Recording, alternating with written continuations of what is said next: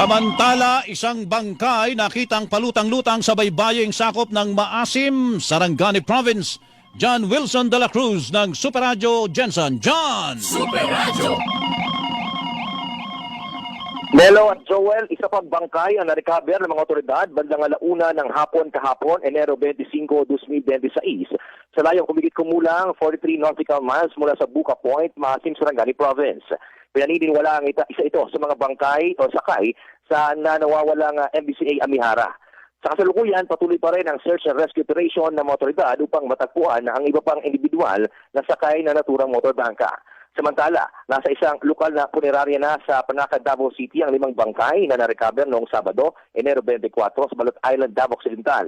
Inito dito ang sakay ng military helicopter mula sa Port of Mabila, Sarangani Island, patungong Davao City. Ako si John Wilson de la Cruz ng Super Radio Jensen, nagulat para Super Radio DZBB, dapat totoo.